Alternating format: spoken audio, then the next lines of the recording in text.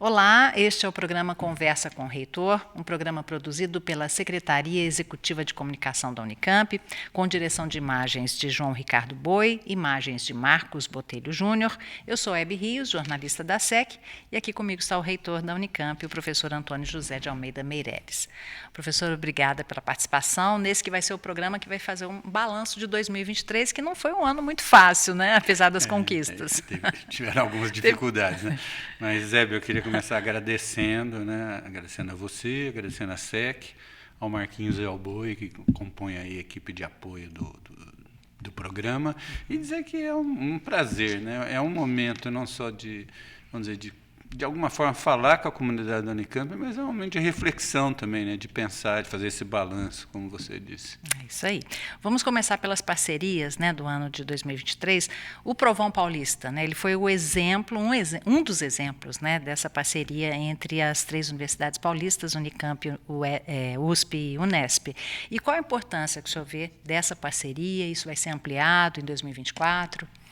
Então, eu vejo assim, um aspecto extremamente importante, e eu destaco que a importância aí é até maior para nós, Unicamp, do que para a USP e para a Unesp, né? Diferente das outras duas, a gente tem uma localização muito forte na região de Campinas, Limeira e Piracicaba. Na verdade, é a região próxima a Campinas, né? E nós temos, então, daí uma dificuldade de capilarizar os nossos procedimentos de seleção para o estado de São Paulo como um todo. O Provão Paulista vai permitir isso, porque ele vai ser aplicado nas escolas do ensino médio, né?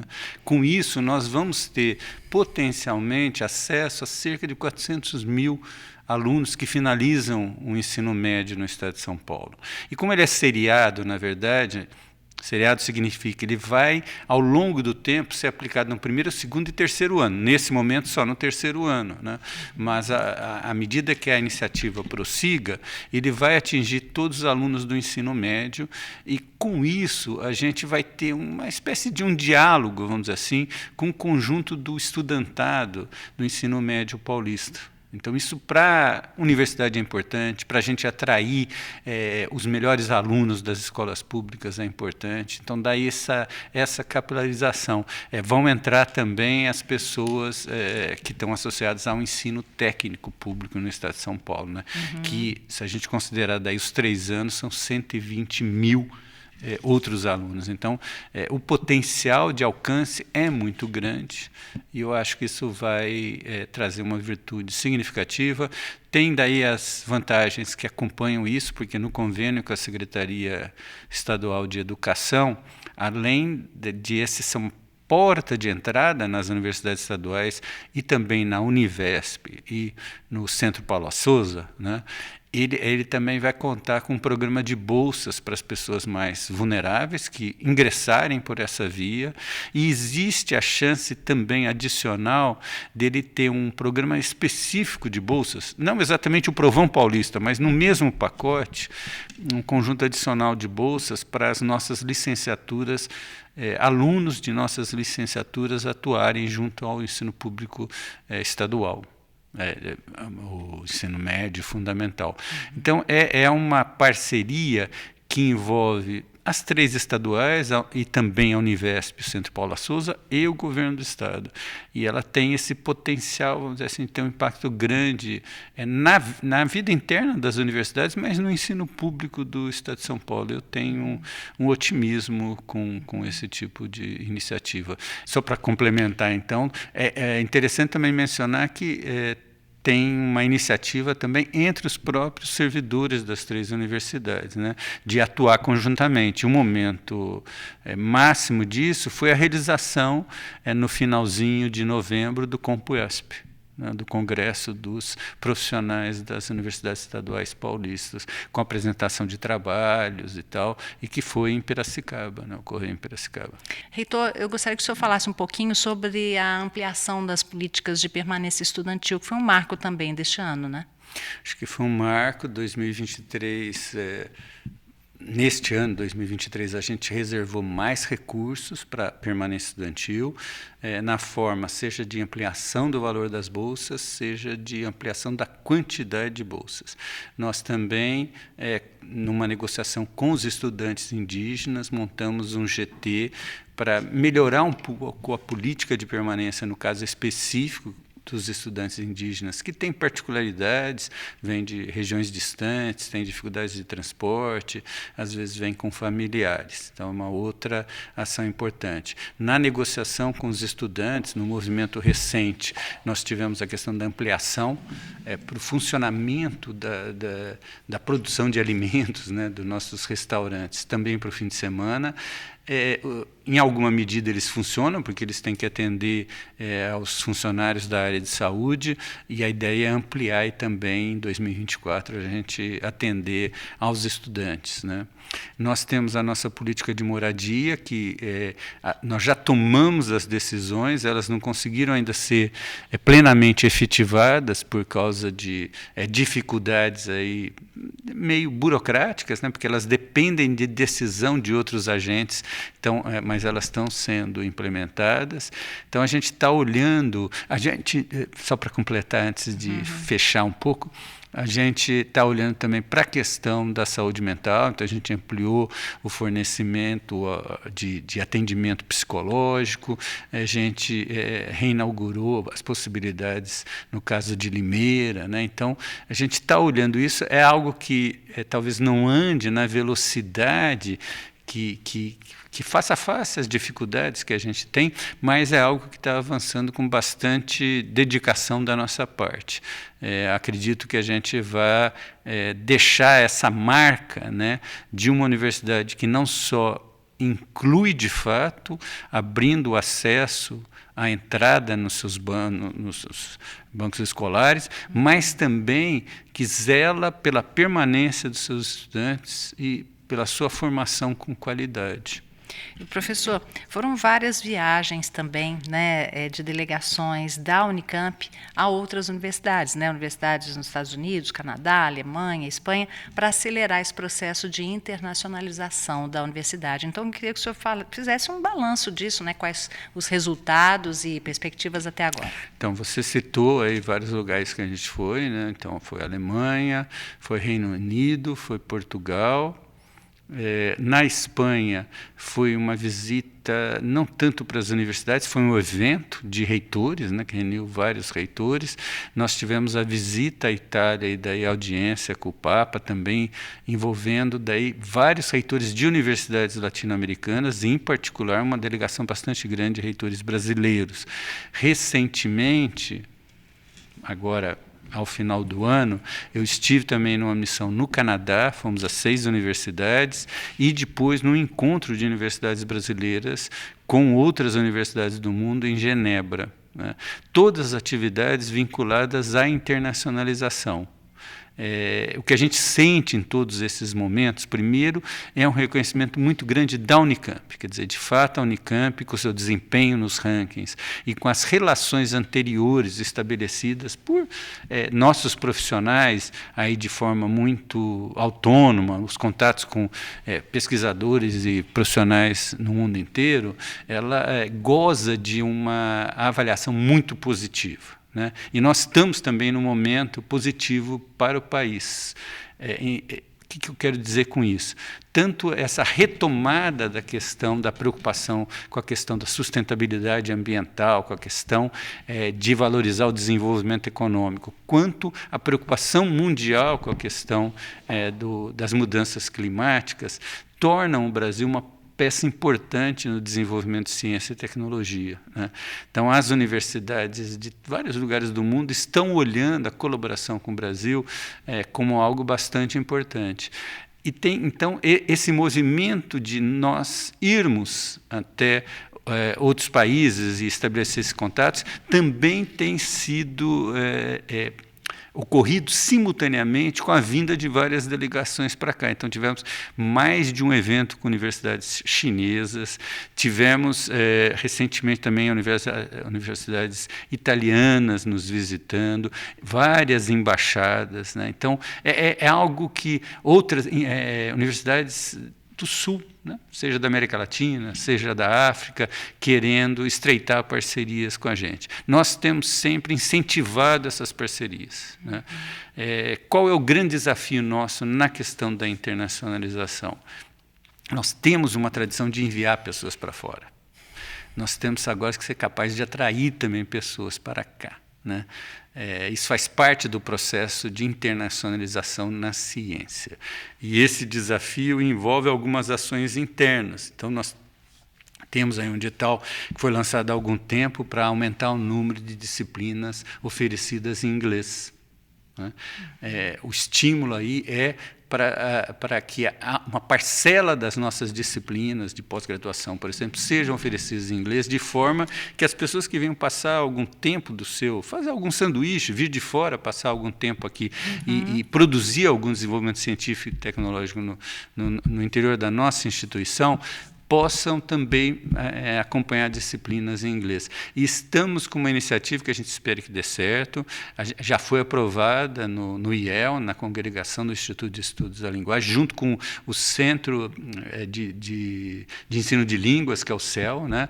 Que é a ideia da gente gerar uma habilitação no IEL também em inglês, e que isso esteja associado a um programa para fornecer disciplinas numa escala bem maior de inglês para os nossos alunos, né? Uma das coisas que tendem a causar problemas no nosso processo de internacionalização é, às vezes, a dificuldade do nosso estudante de graduação falar fluentemente inglês. Então, a gente quer dar uma atenção a isso. Não é algo que vai ter um efeito imediato, mas essa possibilidade de criar uma habilitação, de criar uma espécie de um programa PED de ensino em inglês, por exemplo, poderia ser uma forma da gente estimular os nossos estudantes de graduação e pós a se tornarem mais versáteis, fluentes na língua inglesa, e isso estimular uma ida também maior deles para o exterior. Então, é uma ação compartilhada que envolve a nossa Diretoria Executiva de Relações Internacionais, a DERE, envolve o gabinete do reitor, e todas essas missões a gente tem levado pessoas de diferentes áreas. Essas pessoas de diferentes áreas são selecionadas com base em contatos que elas têm no anterior, porque a ideia é tornar isso uma iniciativa mais massiva, né? Então, nós vamos para a Alemanha, já existem vários dos nossos pesquisadores que têm contatos com a Universidade Técnica de Munique, por exemplo, ou com alguma universidade em Berlim, né? Então, essa preocupação existe para que a gente aumente a dimensão desse esforço. Ele se dá através da relação de indivíduos, principalmente dos pesquisadores e professores, né? E isso que cria a raiz dos alunos. Mas até hoje, até na graduação, a gente está tomando iniciativas nesse sentido também, para permitir um pouco de atuação externa do nosso estudantado. E, professor, foram ampliadas também parcerias este ano com a iniciativa privada, né? Não só aqui no Brasil, como fora também. E como é que isso está fomentando a pesquisa? Então, a gente tem vários projetos, né? Renovação de vários projetos com empresas, às vezes catalisados pela FAPESP, né? A FAPESP tem essa tradição hoje de estimular projetos das universidades com o setor privado, em que ela entra com parte do financiamento, o setor privado com parte, a própria universidade com parte. Algumas dessas iniciativas a gente tem renovado. Por exemplo, a gente está no processo aí de renovação do financiamento do Cine, que é um centro em energias, novas energias, né? E que trabalha aí muito ligado a essa transição energética em termos tecnológicos. Tá? E é financiado por uma empresa também, além da FAPESP, um grande centro de pesquisa. Nós tivemos a inauguração, há pouco tempo atrás, do centro com a Embrapi, que também está associado a energias renováveis. Tivemos o CPTEM, né, também aprovado aí, numa chamada da FAPESP, e que trabalha com a questão da transição energética, desde trabalhando com energias renováveis em geral, no aspecto tecnológico, mas também a questão da regulação e de políticas públicas. Então, isso tem estimulado muito a formação de pessoas também, né? É o desenvolvimento de conhecimento, é um desenvolvimento compartilhado com empresas. Então, o potencial dele gerar algum impacto maior na atividade econômica é grande, mas é também, e aí destacando o lado que é próprio da universidade, é um processo de formar gente na graduação, iniciação científica, formar gente na pós-graduação, porque todos esses centros, eles envolvem muitos alunos de pós-graduação e muitos pós-doutorandos também. E tem um outro aspecto que é levar essa mensagem para a sociedade, né? Todos eles têm que ter uma difusão, uma parte de difusão científica e tecnológica, às vezes tem que ter uma ação externa mesmo. Tem até algumas iniciativas que são só financiadas por empresas na área da transição energética. Eu destaco aí o nosso envolvimento com pesquisas para uso do agave na produção de bioetanol, né? O agave é uma planta que tem uma densidade de biomassa bastante significativa, que nem a cana, mas ela demanda menos água, então ela tem um potencial de crescer no agreste nordestino. E aí nós temos uma ação da Unicamp, encabeçada pelo professor Gonçalo, do Instituto de Biologia, junto com o Cimatec da Bahia, né, que é uma área de inovação. O Cimatec é ligado ao Senai, tem um grande espírito inovador, e ele está montando campos experimentais para testes de crescimento de agave em larga escala, vamos dizer assim, larga escala para um experimento, né? E aqui nós estamos mexendo com a planta, com alguma parte industrial. Então, é algo também pensando uma espécie de agroindústria baseada no agave, né? E que pode envolver pequena produção também, porque pode viabilizar a ocupação de uma parte territorial do agreste para produzir. E é uma troca, porque a iniciativa privada tem todo o interesse também, né, tem de todo o desenvolver interesse pesquisas, em novos isso. produtos e tudo mais. Tem um aspecto aí que eu acho que é legal mencionar. Tanto as empresas petrolíferas tradicionais quanto as empresas de energia elétrica, elas estão no movimento de se transformar em empresas de energia, né? Elas estão, vamos dizer, acho que houve uma mudança de consciência de que nós estamos na transição de uma economia ainda muito baseada no petróleo, em termos energéticos, ou em fontes não renováveis de energia elétrica, para uma transição para energias renováveis.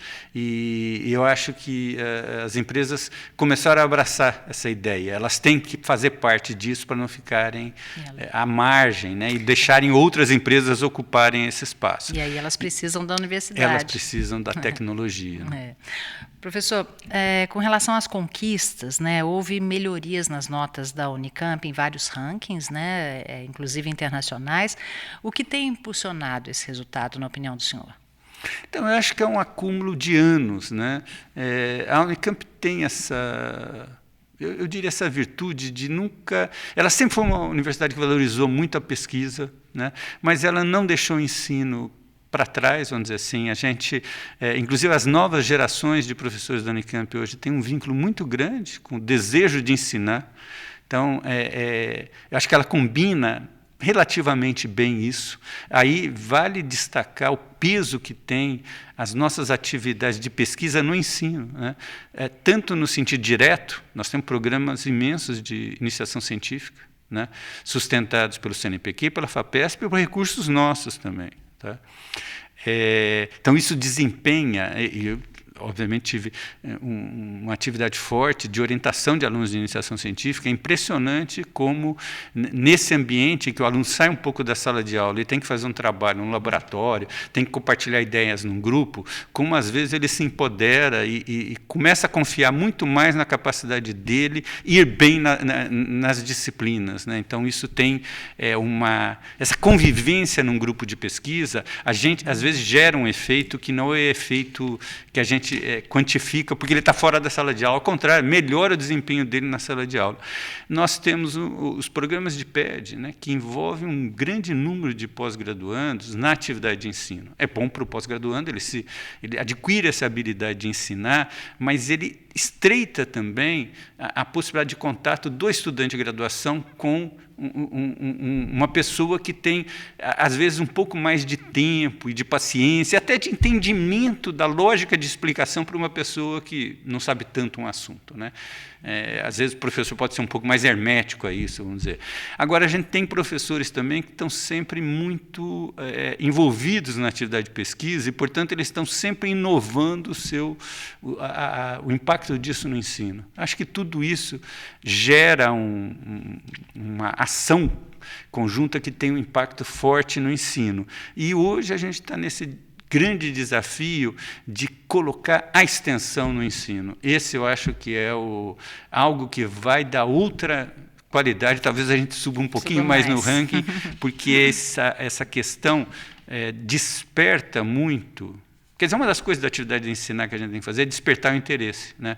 E o interesse do estudante. E eu acho que o nosso estudantado tem muito interesse em querer resolver questões que têm impacto na sociedade. A curricularização da extensão é uma porta aberta para isso.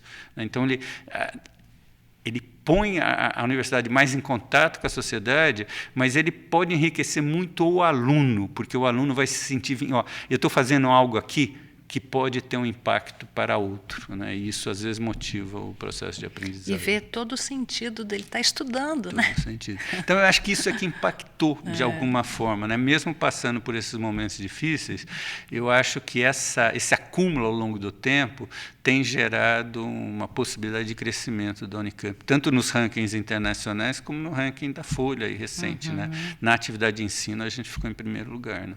Isso aí. Professor, agora vamos falar um pouquinho dos enfrentamentos em 2023, né, com a greve de funcionários e estudantes, principalmente por conta de questões estruturais, né, da universidade, e também os embates com o sindicato em função do ponto eletrônico. Então, foi também um ano complicado nesse sentido, e como o senhor avalia e as perspectivas para 2024? Olha, o que eu posso dizer é o seguinte, é sempre difícil, né? Agora, eu convivo na Unicamp desde 1976, então eu já passei por vários momentos que têm uma dose de tensão, né? Porque, obviamente, nesses embates você tem perspectivas diferentes, dificuldades de como resolver as questões. Agora, eu sou uma pessoa que considero que às vezes há algum outro exagero, mas considero que isso faz parte da vida universitária. E que, se a gente for capaz de enfrentar esses momentos com uma perspectiva que é procurar soluções, que é tentar convergir para soluções que contemplem o interesse da maioria, esses momentos eles são importantes no amadurecimento da instituição, né? Uma universidade muito calma é um problema também, porque ela pode perder criatividade. Uma universidade que está todo tempo em briga também é ruim, né? Porque ela perde a chance de construir coisas. Então, achar a dose certa aí é o segredo, né? Agora, isso sempre envolve mais de um lado, então tem que ter assim, um certo bom senso nisso. A gente vai encontrar soluções que não são plenamente satisfatórias para todos os lados, né? Tem que ter algum nível de concessão mútua e de entender um pouco as restrições a que cada lado está sujeito, né? A gente, ao longo dessas dificuldades, embates e tal, eu acredito que, como administração, a gente se manteve aberto, vamos dizer assim, à negociação.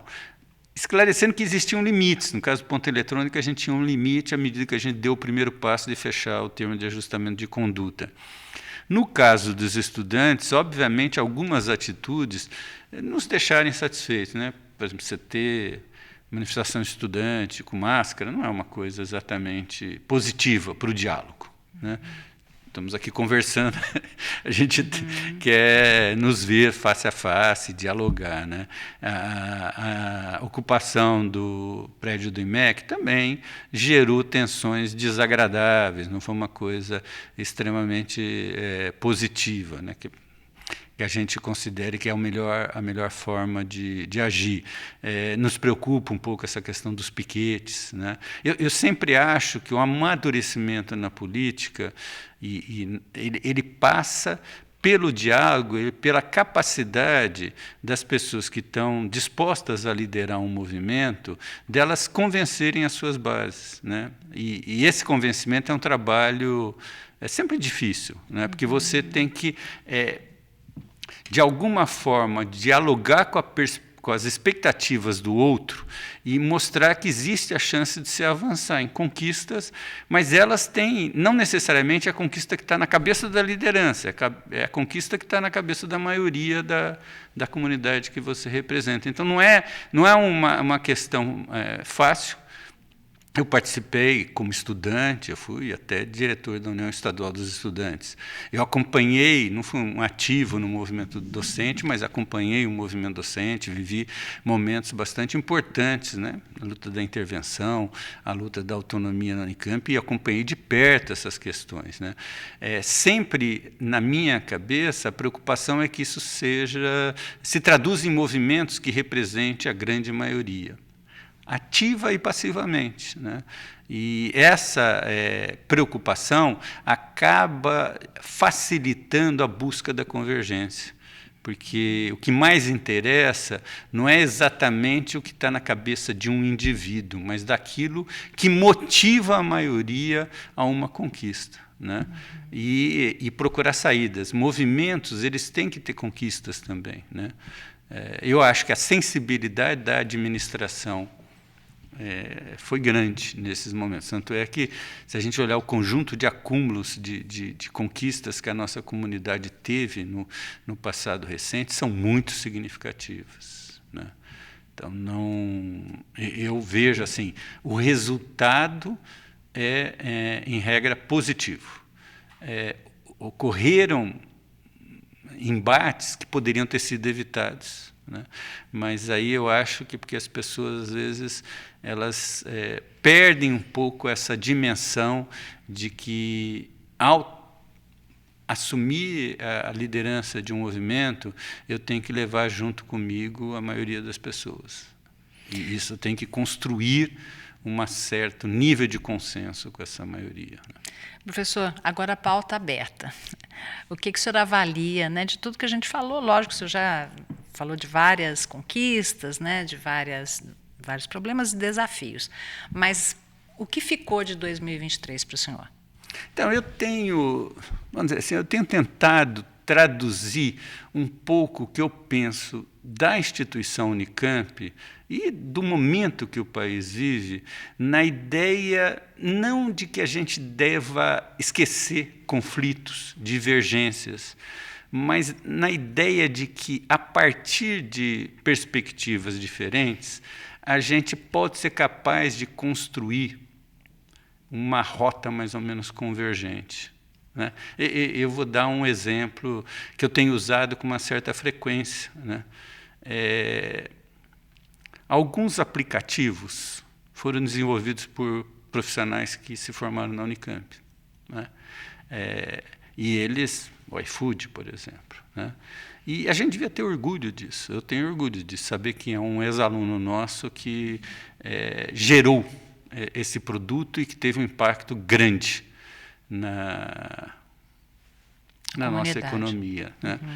Por outro lado, me dá um grande orgulho também saber que o CESIT, que professores CESIT, e aí o professor Dari, o professor Ricardo Antunes, fizeram um convênio junto com o Ministério Público do Trabalho, junto com o IBGE, para levantar as condições de trabalho dos trabalhadores de aplicativos. Né? Envolve o iFood. Que envolve a empresa. Entende? A universidade pode fazer isso, ela pode construir um espaço de convergência, né, entre perspectivas que são diferentes. E fazer isso é algo importante para a nossa instituição. A gente pode atender esses interesses diversos, mas mostrar que a gente quer que tecnologia seja civilizatória. Eu não quero tecnologia que tire direito das pessoas. A gente quer que essa tecnologia seja compatível com a preservação dos direitos. A gente pode atender essas duas perspectivas, né? E isso é uma mensagem para a sociedade também. Quer dizer, nós podemos ter uma perspectiva de inovação, né, que seja capaz de preservar o ambiente, seja capaz de ser rentável, porque o negócio tem que ser rentável, seja capaz de ser inclusivo, ou seja, de ter um impacto numa vida melhor para as populações mais vulneráveis. Né? Por exemplo, na área de saúde, a gente tem uma estrutura toda de serviço assistencial que é público. Fazer essa estrutura ser mais autossustentável, no sentido financeiro, ter custos menores e atender melhor, é algo que ciência e tecnologia podem fazer. Né? Então, eu tenho tentado traduzir em palavras a ideia de que isso pode ser uma alternativa para a nossa sociedade. A gente não pode valorizar tanto as disjunções, a gente tem que procurar valorizar as conjunções. Isso não significa esquecer que há diferenças de interesses, mas acreditar que uma parcela dos interesses dos diferentes atores, ele se sobrepõe. E se a gente conseguir trabalhar na zona de sobreposição, a gente pode ter um desenvolvimento econômico que gere renda para quem investiu, mas que gere renda para quem trabalha com ele, que seja inclusivo e que seja viável e compatível com o meio ambiente. Né? Eu acho que essa perspectiva melhor para a gente como instituição é a perspectiva melhor para a gente como país. Isso significa que nesses embates, nesse futuro de ver a instituição, eu valorizaria essa perspectiva de olhar para os problemas. Às vezes, a gente pode chegar à mesma solução ou uma solução negociada vindo de diferentes perspectivas. Né? Então, valorizar o foco na solução do problema, às vezes é uma forma de você encontrar uma convergência de interesses tópicos, mas joga a instituição para frente. Né? Isso valeu para 2023 e valerá para... eu acho que um grande desafio, só para terminar, um grande desafio nosso, e é um desafio que a Unicamp pode fazer isso com muita qualidade. Né? Inclusão, mérito e qualidade dos formados. A gente pode acabar com qualquer sensação de que as pessoas aqui formadas, né, não sejam de excelente qualidade e, ao mesmo tempo, reflitam a nossa população. Eu acho que essa é uma contribuição que a gente pode dar ao ensino superior do Brasil excepcional. Né? Eu me recordo até hoje, o dia que as cotas foram aprovadas no Conselho Universitário, olhar para um rapaz que liderava um dos coletivos negros, a emoção que ele tinha de ver aquilo sendo aprovado no Conselho Universitário da Unicamp. Por quê? Porque a Unicamp é uma instituição de extrema qualidade. E a gente fazer face a esse desafio é algo que tem um papel importante numa visão diferente de Brasil. Né? Eu sou fã dessa ideia. Bom, a gente encerra então com essa mensagem do reitor nosso, conversa com o reitor de hoje. Você aproveite aí, já se inscreva no nosso canal, no YouTube, TV Unicamp, nos acompanhe também pelas redes sociais e pelo portal unicamp.br. Professor, agradeço muito então a participação do senhor, em nome também da Patrícia Lauretti, que hoje excepcionalmente não está aqui, né? E toda a equipe da SEC, por todos esses programas gravados durante o ano de 2023. Obrigada. Obrigado você, Hebe, obrigado equipe, e espero que a dose se repita no ano que vem. Estou aí. Você vê que eu gosto de falar, então estou aqui para responder mais umas questões, tá bom? Okay, e um ótimo fim de ano para todos, né? Exatamente. Feliz Natal, uma boa passagem de ano, e nos encontramos de novo, toda a comunidade da Unicamp, o ano que vem. Se Deus quiser. Isso aí, obrigada, reitor. Obrigada a você, até o próximo programa.